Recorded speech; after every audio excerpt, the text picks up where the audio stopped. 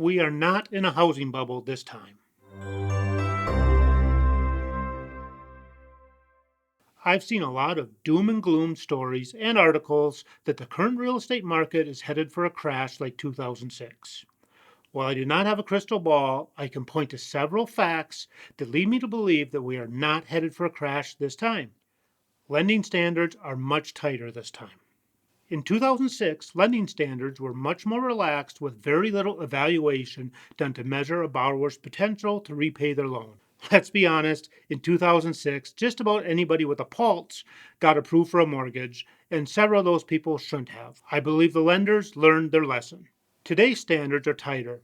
The risk is reduced for both the lenders and the borrowers. These are two very different housing markets, so there's no need to panic over today's lending standards. Americans have much more tappable equity this time around.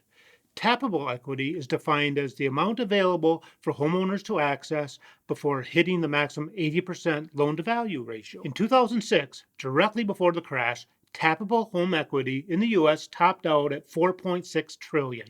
Today, that number is $7.3 trillion.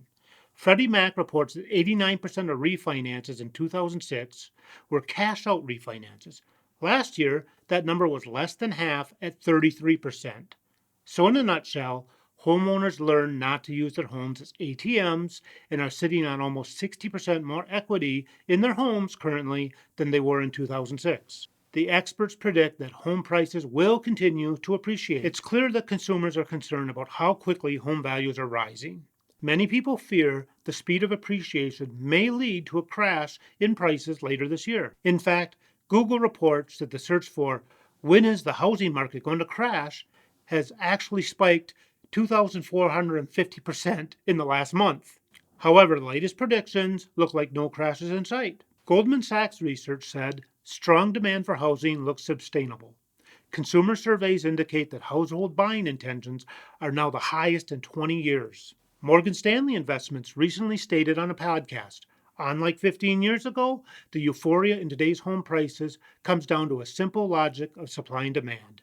And we at Morgan Stanley conclude that this time the sector is on a sustainably sturdy foundation. Morgan Stanley's experts recently stated there are reasons to believe that this is likely to be an unusually long and strong housing expansion. Supply is unusually tight, with available homes for sale at record low levels.